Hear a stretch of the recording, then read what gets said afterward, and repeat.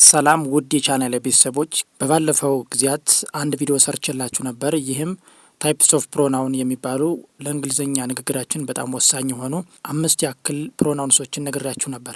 ተጨማሪ ቪዲዮዎችን በክፍል 2 የምናያቸው ታይፕስ ኦፍ ፕሮናውንሶች ይኖራሉ ብዬ ነግራችሁ ነበር።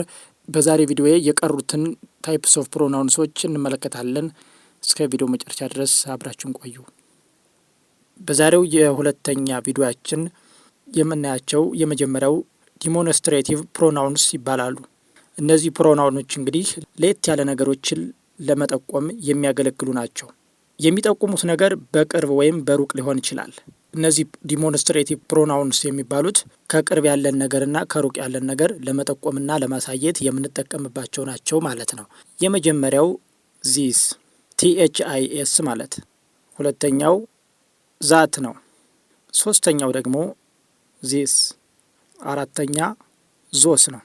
እነዚህን በምን አይነት መልኩ እንደምንጠቀም እንመልከት። ዚስ የሚለው ሲነበብ ለሲንጉላር ፐርሰን ወይም ለሲንጉላር ፕሮናውን የምንጠቀምበት ሲሆን ሲቀርብ ነው። ከቅርብ ያለን ነገር ለማመላከት፣ ሲንግል የሆነን ነገር ለማመላከት የምንጠቀምበት ነው ማለት ነው። ለምሳሌ ከአጠገባችን ስልክ ቢኖር ይህንን ስልክ ለማመላከት ብንሞክር ሲንጉላር ነው፣ ከቅርባችን ያለ ምን እንላለን ማለት ነው? ዚስ ኢዝ ማይ ፎን፣ ዚስ ኢዝ ማይ ፎን እንላለን ማለት ነው። ይህ የኔ ስልክ ነው፣ ይህ የኔ ስልክ ነው። ሁለተኛ ዛት፣ ዛትን የምንጠቀመው በተመሳሳይ በሲንጉላር ፐርሰን ሲሆን በነጠላ መደብ የምንጠቀምበት ሲሆን ይህንን ደግሞ ሩቅ ባለ ነገር ነው። በሲንጉላር ሆኖ ሩቅ ያለን ነገር ለማመላከትና ለማሳየት የምንጠቀምበት ነው። ለምሳሌ የእሷ ቤት ሩቅ ቦታ ካለ ያንን በ100 ሜትር ሊሆን ይችላል፣ በ50 ሜትር ላይ ሊሆን ይችላል። ያንን ቦታ ለማሳየት እኛ ሩቅ ቦታ ሆነን ምን እንላለን ማለት ነው? ዛት ኢዝ ኸር ሃውስ፣ ዛት ኢዝ ኸር ሃውስ እንላለን ማለት ነው። ያ የእሷ ቤት ነው፣ አንድ ቤት ነው ማለት ነው። ሲንጉላር ነው፣ አንድ ቤት ነው ማለት ነው። ስለዚህ ዛት ኢዝ ኸር ሃውስ እንላለን ማለት ነው። እዛ ጋ ያለው ቤት የእሷ ነው። ሌላው ዘስ ነው። THESE የምንጠቀምበት ለፕሉራር ነው። ዘስ ይሰኛል ስናነበው። ለፕሉራር ሆኖ ቅርብ ለሆነ ነገር ነው የምንጠቀምበት። እዚህ ላይ ልብ ማለት ያለብን ዘስን ቅርብ ላለ ነገር ሆኖ ፕሉራር ወይም ከሁለት በላይ ለሆኑ ነገሮች እንጠቀምበታለን ማለት ነው። ለምሳሌ በቅርባችን ያሉ አዳዲስ ጫማዎችን ለመጠቆምና ለማሳየት ብንሞክር ዘስ አር ኒው ሾዝ፣ እነዚህ አዳዲስ ጫማዎች ናቸው ብለን እንገልጻለን ማለት ነው፣ አጠገባችን ያሉትን ጫማዎች። ሌላኛው እና የመጨረሻው ከዲሞንስትሬቲቭ ፕሮናውንሶች መካከል የምንጠቀምበት ዞስ ነው። ዞስን የምንጠቀምበት ለፕሉራር ሲሆን ሩቅ ላለ ቦታ ነው። ሩቅ ያለን ነገር ለመግለጽ እንጠቀምበታለን። ለምሳሌ እንመልከት። ዞስ ዌር ዘ ጉድ ኦልድ ዳይስ፣ እነዚያ መልካም የድሮ ቀኖች ነበሩ። ያለፈ ጊዜያትን ነው እዚህ ላይ እየጠቀሰ ያለው። ዌርን ያለፈ ጊዜ ነው የሚያመለክተው፣ ዌር ማለት ነው። እነዚያ መልካም የድሮ ቀኖች ነበሩ ማለት ነው። በሁለተኛ ደረጃ የምንመለከተው ኢንዲፋይናይት ፕሮናውንስ። እነዚህ ፕሮናውንሶች የተወሰነ ሰው ወይንም አንድን ነገር ሳይሆን በአጠቃላይ ያመለክታሉ። የተወሰነን ነገር ነጥለን ለማመላከት ሳይሆን ኢንዲፋይናይት ፕሮናውንስ የሚያገለግሉን ስም የሌላቸው እርግጠኛ ያልሆንባቸው በቁጥር ለመግለጽ ስንፈልግ ማለት ነው። ጠቅለል አድርገን ለመግለጽ ስንፈልግ እንጠቀምባቸዋለን። እርግጠኛ ያልሆኑ ቁጥሮችን ለመግለጽ ነው የምንጠቀምባቸው። እርግጠኛ ቁጥር መናገር በማንችልበት ጊዜ እነዚህ እንጠቀማለን ማለት ነው። እንደ አጠቃላይ ነው የምንጠቀምባቸው። ጠቅለል አድርገን የሆነ ነገር ለመጠቀም ወይም ለመግለጽ ስንፈልግ እንጠቀምባቸዋለን። አንደኛ ኤቭሪዋን። ኤቭሪዋን የሚለው ሁሉንም የሚል ትርጉም ሲኖረው ለምሳሌ እንመልከት። ኤቭሪዋን ኢዝ ኢንቫይትድ ቱ ዘ ሚቲንግ። አያችሁ፣ ጠቅለል አድርገን ለመግለጽ ነው የፈለግነው። ሁሉም ለስብሰባው ተጋብዘዋል። ሁሉንም ለሚለው ለመጠቀም ኤቭሪዋን እንላለን ማለት ነው። ኤቭሪዋን ማለት ሁሉም ማለት ነው። ሁሉም ለስብሰባው ተጋብዘዋል ማለት ነው። ሌላው ኖበዲ ነው። ኖበዲ ማንም አልቀረም፣ የቀረ የለም ብለን ለማመላከት ኖበዲ ዎዝ ሊፍት ባይንድ፣ ማንም አልቀረም። ኖበዲ ማለት ማንም ማለት ነው። ሌላው ደግሞ ኤኒቲንግ ነው። ኤኒቲንግ የምንለውን ኢንዲፋይናይት ፕሮናውንስ እንጠቀምበታለን። ኤኒቲንግ ማለት ምንም ማለት ነው። ኖበዲ ማለት ደግሞ ማንም ነው። ኖበዲ እና ኤኒቲንግ ይለያያሉ። ስለዚህ ኖበዲ ማለት ማንም ነው፣ ኤኒቲንግ ማለት ደግሞ ምንም ማለት ነው። ኤግዛምፕል እንመልከት። ዲዩ ሃቭ ኤኒቲንግ ቱ ሳይ፣ ምን የምትለው ነገር አለህ ብለን ለመጠየቅ ስንፈልግ እንጠቀምበታለን ማለት ነው። ምንን ተጠቀምን እዚህ ላይ? ኢንዲፋይናይት ፕሮናውንስ። ያ የሚናገረው ነገር አልታወቀም፣ ግን ምን የምትናገረው ነገር አለህ ማለት ነው። ሌላኛው ሳም ነው። ሰም ኢንዲፋይናይት ፕሮናውንስን የምንገልጽበት ነው።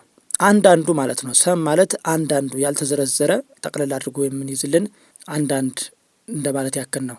ለምሳሌ እንመልከት። ሳም ኦፍ ዘ መኒ ወዝ ስቶለን፣ ከገንዘቡ አንዳንዱ ተሰርቋል።